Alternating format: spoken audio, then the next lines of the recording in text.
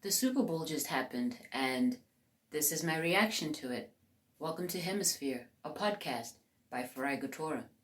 I'm Farai Gatora. Let's go! Sorry if that was like right in your eardrum. Let's go.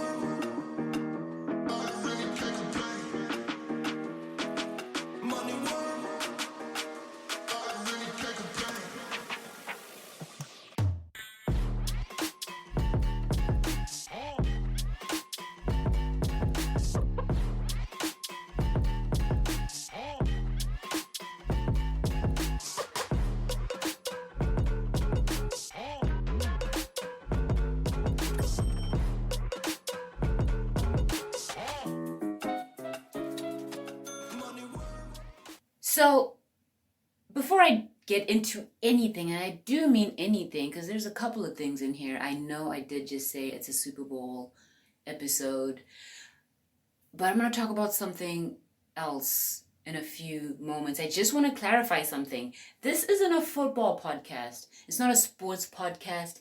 Hemisphere is about literally anything that sticks around in my mind long enough to be talked about. If it's in there for enough time for me to grasp a hold of it, I'm going to talk about it. So it just happens that I've done a couple of football episodes because 'tis the season.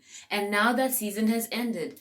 The Super Bowl ends all the football. So that's a wrap on the 2021-2022 season. And before I get into the game, which ended just about 30 or so minutes ago, I want to talk about the week leading up to the Super Bowl. Nothing football related, because who the fuck cares? Just get to the game and watch the game. At least that's the attitude I took. I can understand if you want to know and have the most accurate information for your gambling purposes so you can lose your kids' inheritance that way. I didn't care about the back and forth and, what the bookmakers were saying, because I just didn't care. Instead, in the build-up to Super Bowl 51, was it Super Bowl 51? I think it was. Roman numerals do confuse me after a point. Like, I was so proud of myself when I finally grasped a couple of those motherfuckers. It was like, oh, okay, that's how it works. The X and the two sticks, there's eyes. In the week leading up to the Super Bowl, I saw something really cool in real time. And I was at work on my way to another assignment, and I noticed this bird. And it wasn't no regular bird you see, the crows and the what have yous. It was a bigger bird, which is what caught my eye. And I'm like, oh my God, what is that? And I'm no bird expert. At first I called it an eagle, but I doubt it didn't, the profile, its head shape and profile didn't look like an eagle. The beak, I think, specifically, because eagles tend to have like the aggressive beak. At least that's how I see it. And this, after calling it an eagle and then saying, nah, that can't be an eagle, I was like, a falcon? But I don't know if we have falcons in northern Indiana where I live. This is a mystery. Like, get the fucking Smithsonian on this. Nat Geo, are they busy? I'm sure they're busy. They no longer exploit natives of various lands, but they do various good work, I'm sure. The thing with Nat Geo has always been like, y'all out here taking all these pictures of people, unsuspecting motherfuckers in this place and that place, and, then you go off and make you hundreds of thousands, and, that's just that. The person you captured in that picture is none the wiser to your wealth. But anyway, that's not about the Super Bowl or Super Bowl pre-Super Bowl week. pre-Super Bowl week. That's what I'm going with. So I see this bird that is not an eagle. Maybe it's a falcon, but I don't know if we have falcons in northern Indiana. And maybe it's a hawk, huh? Could it be a hawk? I don't know.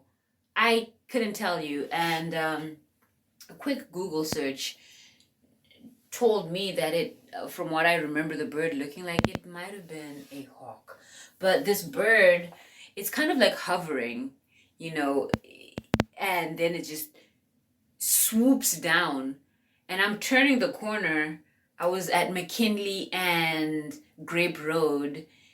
If that means anything to you, it shouldn't. Like, you could be listening from wherever the fuck, and you're like, okay, great, what is that? I needed to drop that factoid because there's a little bit of a, like, there's a bushy area, like a bush hedge type of thing there.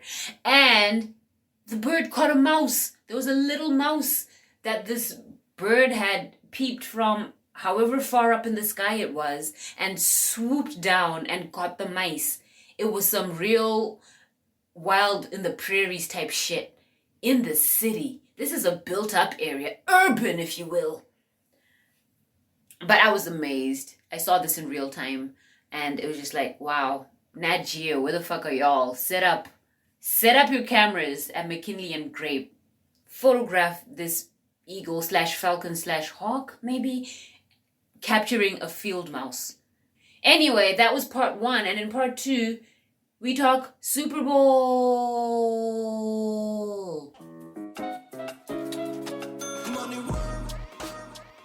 So, the Super Bowl was moments ago. I am recording this on the Sunday night of the game. That is February the 13th. Tomorrow's Valentine's Day. And for those of us who are in different time zones, perhaps you're already in tomorrow. Hello, people in the future. What's it like? Do you think you're better than us in the past? Let me know. Information to get a hold of me and the show is available in the show bio description place. You get me. So, full disclosure, I missed most of the first half, okay? Because Judy called, really, food called. I had a carry-out order that I had to go pick up, and food comes first. So I zipped on over to pick up my food. And while I was waiting at this local eatery, I saw they had the game on, and the Rams were up early in it might have been the first quarter, or second quarter, I'm not sure, but they were up 7-0, and I'm like, oh, here we go. And so, like, going into the game, I was leaning Rams. Like, I thought that they would win.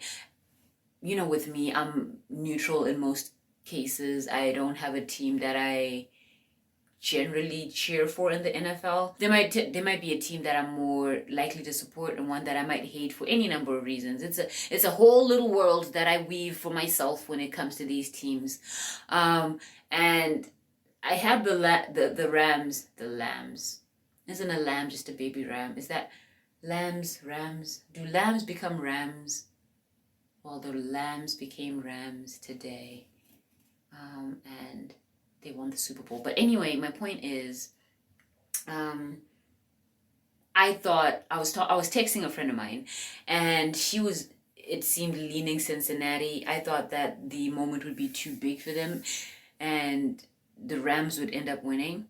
The moment didn't seem too big for Cincinnati. It just came down to to that last interception for sure. I mean, not interception, the last sack that Burrow took on 4th and 1, and that was the ball game. After, Stafford and Kupp had gone down and done their heroics, the Bengals just weren't able to respond.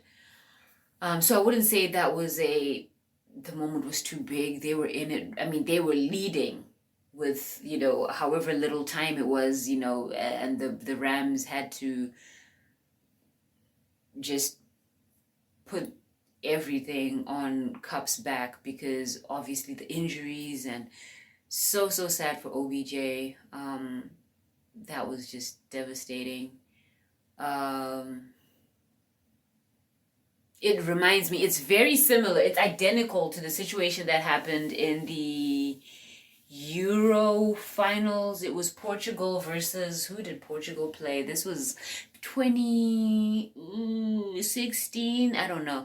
But Cristiano Ronaldo, world famous soccer player, perhaps the greatest in some people's minds. I wouldn't argue. He is a generational talent, and I don't say that about a lot of players from Manchester United, because fuck those guys, right?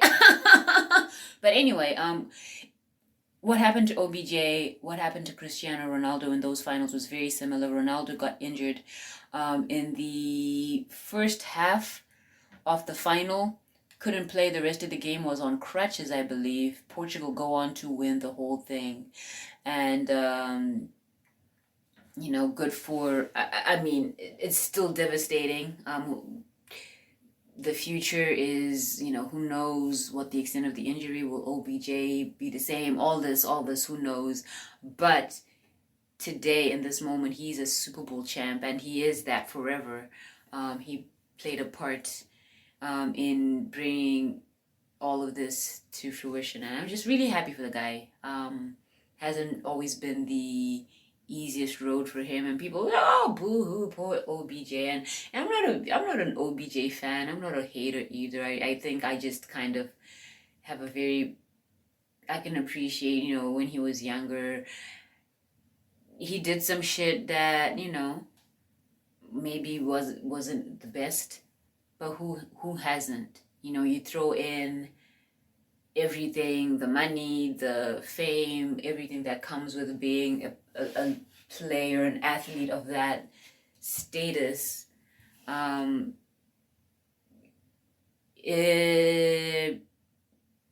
think it's very easy to just kind of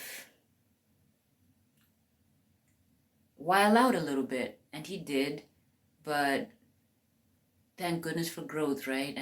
I wasn't always the way I am, and I'm far from perfect now, but good God Almighty, I've been worse. So, congratulations to the Los Angeles Rams altogether. Though I had the Ram, I keep wanting to say the Rams, though I had them, though I picked them when I was, talking with my friend, it's not because I don't mind the team. I don't like the Rams ownership, and I'm gonna get into it. I hinted at this in one of the episodes I put out last week, where I talked about my loyalty being kind of non-existent when it comes to NFL teams. I don't have a team. But there's certain teams that I just can't bring myself to like for one petty reason or another.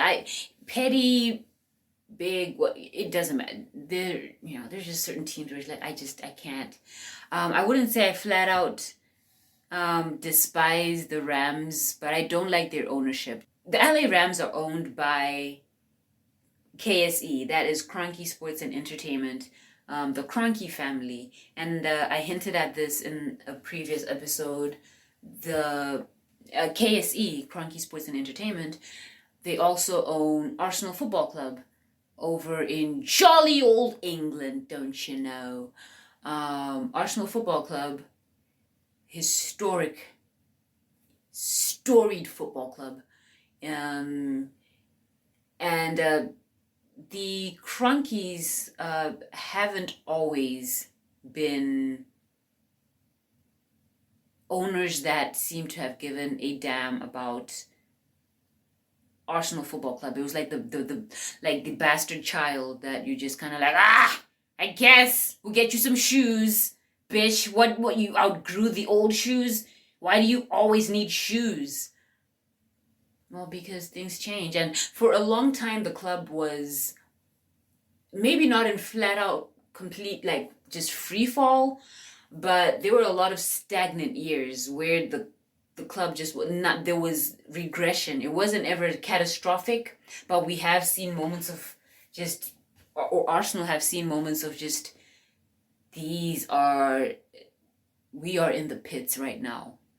And the ownership just didn't give a damn.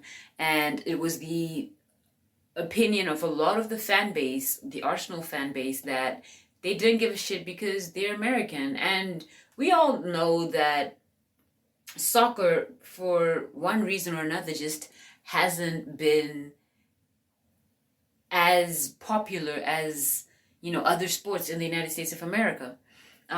Sure, there's been tremendous growth and like a lot more interest and love for the game in recent years, but it's still maybe the fifth, sixth, seventh, maybe. I don't know. Like, I don't have stats on this. I haven't polled the people. I haven't taken a survey to the streets asking motherfuckers, like, what do you like to watch on a weekend? Is it soccer? I haven't done that.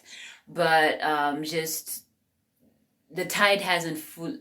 I don't think that it will ever turn. There have been strides towards, soccer being more enjoyed and just played by people of all backgrounds, but it's still very much not at the forefront. And that was the feeling that people got from the ownership of KSE when they took over Arsenal Football Club. They were just kind of like, if we hang around in the fourth, fifth spot, we still get, a sizable bit of money from the different competitions that we qualify for. We still have the big name, and we'll, we get our money back, TV revenue and this and that. We'll still be okay. It was, and that, for sports fans, most sports fans, it's intense. Like, it runs deep in the blood, like. And it didn't seem that the Cronkies cared in that way, judging by the moves they made or didn't make. And so I had that chip on my shoulder against the LA Rams ownership, to be clear, not the team itself, not the men and not the men that are playing on the field, and then the extensive staff of men and women that are, working with the teams, and like it's never that serious for me. But congratulations to the Cincinnati Bengals for a incredible year, to go from 6 wins in 2 or 3 years. Like, it was catastrophic. It was so bad. And just coming down to a play, one play, to winning the Super Bowl. I know, again, there's never any moral victories in sports, but it's, at least it's encouraging, and that's really my reactions to it. But before I go, I'd be mistaken if I don't mention, it's kind of poetic justice, I guess, in a sense. Because the Bengals kind of got away with they got away with it. That it was like a pull on the face mask. Ramsey got his head, his face mask tugged, threw him off balance. Like, you can't, like, you're going at full speed, you're kind of leaning. If your head is like off kilter, that's like your rudder. If that's like knocked off, like, bitch, you going down. And Jalen Ramsey went down. Refs didn't see it. I was amazed. I mean, the rules of the NFL are always very obscure to me. Like, they always pull out some, if this man is down the field 2 yards out from the backfield, you can't pass him the ball. And now it's a 25-yard penalty. And I'm like, what the shit? But, I don't know what the rules are for, like, obviously it's not allowed. You can't like strike a touchdown off the board once it's already gone up. But I'm pretty sure that's happened. I mean, I guess it's I don't know if it depends on the situation, if it's a Super Bowl exception, but I've definitely seen, touchdowns being taken away, or it's like, oh no, he didn't cross the plane, or he, whatever, and they could take that shit off the books. But I guess there was no review of that. But anyway, the point is, that was a deflating, like, just it probably just, like, if you're a Ram, if you end up losing the Super Bowl, I'd be shitty for days. I know they would have been shitty, because it's like, motherfucker, what? Refs, there's like 100 of y'all on the field, no one caught that, and no one, anyway. That's my reaction to the Super Bowl. And here's part 3, because there was a halftime show. Real quick, I just want to say I enjoyed that halftime show. A lot of classics that I grew up hearing and know of and enjoy pretty much. An iconic and very surprising moment was In the Club by 50 Cent. I hadn't seen him on the lineup. Maybe he was, but because there's like, what, half a dozen people? It was Eminem, it was Dr. Dre, it was Snoop Dogg, Mary J. Blige, the Mary J. Blige, Kendrick Lamar, and I believe those were the people like on the that got the, but he 50 Cent was up there hanging upside down. That shit was iconic. Go, go, go. I remember when that song came out. Goodness me. Yeah, I enjoyed Mary J. Blige's performance very much. I just love her. I think she is an iconic artist because just the longevity. She's been around forever. First song that wasn't a nursery rhyme or a kid's song that we sang in music, that I ever knew like off by heart was Everything by Mary J. Blige. Do yourself a favor and listen to that song, Everything by Mary J. Blige, or is it no, I think it's just Everything, not You Are My Everything. And watch the video too, because it's very nice. I was in the 4th grade belting this out. I enjoy that song very much, and I love Mary J. Blige. Uncle Snoop, icon. That guy, I really do like Snoop Dogg. The halftime show was lit. Shout out to Eminem. Look, Eminem is what he is. I appreciate him. I think he's very well aware that he is a participant in a culture that he is not an originator of, and he was bugging. He was off his rocker, with some of the stuff that he said and a lot of the songs that he did when he was, Slim Shady. But I think, again, the growth thing, you grow, you learn, you hopefully change for the better, right? That's for me, that's for us all, I think. So that's my reaction to Le Superbowl. I have been Farai Couture. Reach out if you would. I'd love to hear from you. And thank you for listening to the show, by the way. Information to get a hold of me and how to get in touch with the podcast, all available in the show description